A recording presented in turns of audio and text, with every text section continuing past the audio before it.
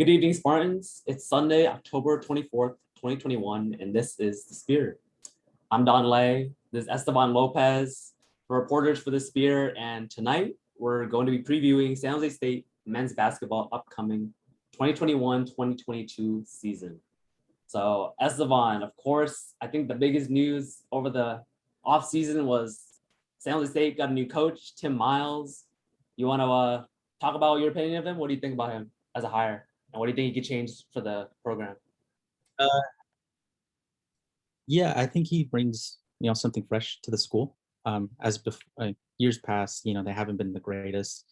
Haven't had a winning season in a while, and he's just going to bring some experience to the program, especially going back to when he coached in Nebraska, the Cornhuskers, I believe. And they had a couple winning seasons, and they even made a Final Four appearance in 2014 season. So I think he's, with his experience, playing in that type of environment, he can really bring a lot of change, hopefully, to the school, and hopefully get San Jose to playoffs. Yeah, I agree. Check out the Spears coverage on Miles' press conference and our previous reporting about him, because Jonathan Schaefer and our previous editor, Jara Gajola, shout out to both of them. They already wrote stories about this and very informative.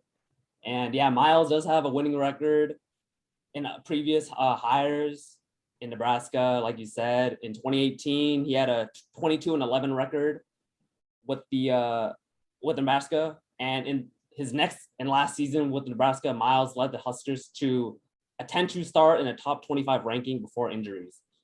But hey, man, he's like, our team needs more winning in general. So I think he's just a good coach to lead the way for the team to mature more and just have a winning culture. Don't you agree? I think he has 399 wins. He's one away from 400. Right. That's what I was reading. That's a good stat. I'll make sure to right check here, the facts. Miles, that'd be pretty impressive. Miles brings a 399 to 334. That's a 0.54. That's over 500 record. So, and a postseason record of 4-8 to the Spartans. That's according to Johnny's article on the Spear. And okay, he has a winning record. That's all we need realistically.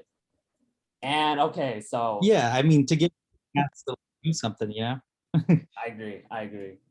So that's probably the biggest news for the team, but actually there is another big news that we should talk about, but it's not a good thing. That our point guard, Richard Washington Jr., is suspended for the whole season. And it was because what was that? What happened there? Let me explain. What was the details? What happened there? According to Mountain West Wire, it's a website that reports on just the Mountain West schools and colleges, and he got suspended for signing with a non-certified agent and also playing in a 3x3 event for profit. So the NCAA suspended him, and he was averaging 19.5 points last season. He was a big point of our team, even though we were a losing team. He was a shining star, a little bit. He had stats, so we had something to watch. Now he's out. It's a big deal. New coach, and he's out. Our star player's out. It's just it's such a bad start to the season already, But what do you think about that? That he's suspended as the one. I actually have a quick question about when did he sign to play a 3-on-3 in Indianapolis? Because I know that they had they're allowing players to capitalize on name, images, and likenesses. So how come he got suspended? Did he do it before that they allowed that, or was this still in the That's guideline? So strange. No, they hit him with the fine, or they hit him with the suspension September 21st, 2021. And I thought the ruling was a little earlier than that, wasn't it?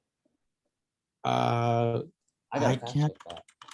Yeah, because I remember that they can start capitalizing on their own names, unless this falls in the category where you can't do that. You're repping the team and you're going out there playing a 3-on-3.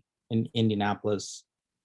Hey Or man, maybe that's a whole other conversation yeah, because man, like the news of the NCAA allowing players to make money off their name and their likeness that came out in July. So I and he like got that. That's why I think it's very controversial, and yeah. we're gonna be talking about it. And hopefully Washington can come back sooner rather than later.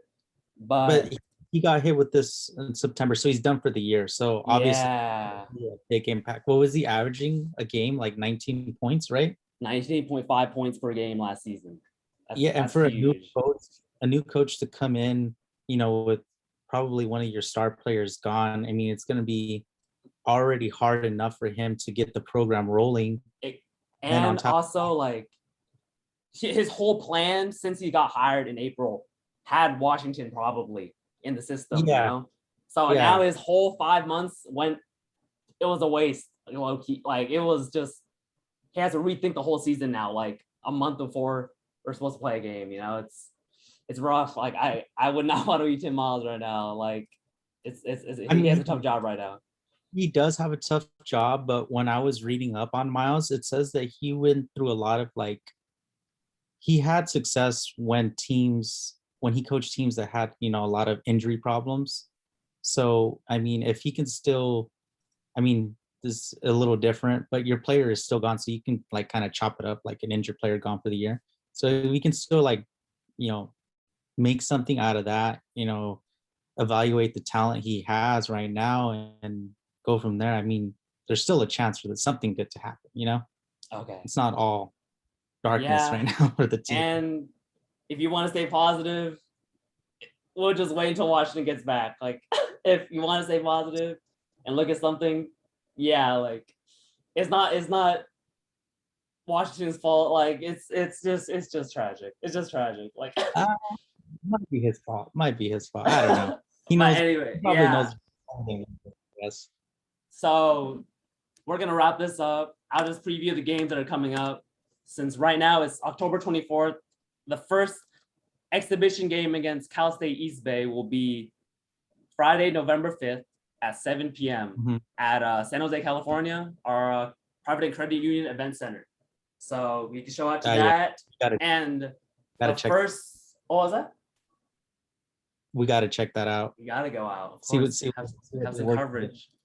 And the first, this is a non-conference game, but it's the first regular season game against Cal State Fullerton is on Veterans Day, November 11th at 7 p.m. at San Jose, California Private and Credit Union Event Center. So Okay. we are checking out. Glad you guys came out and listened to us. I'm Don Thank you, Lay from the guys. Spear. And I'm Estevan Lopez from the Spear.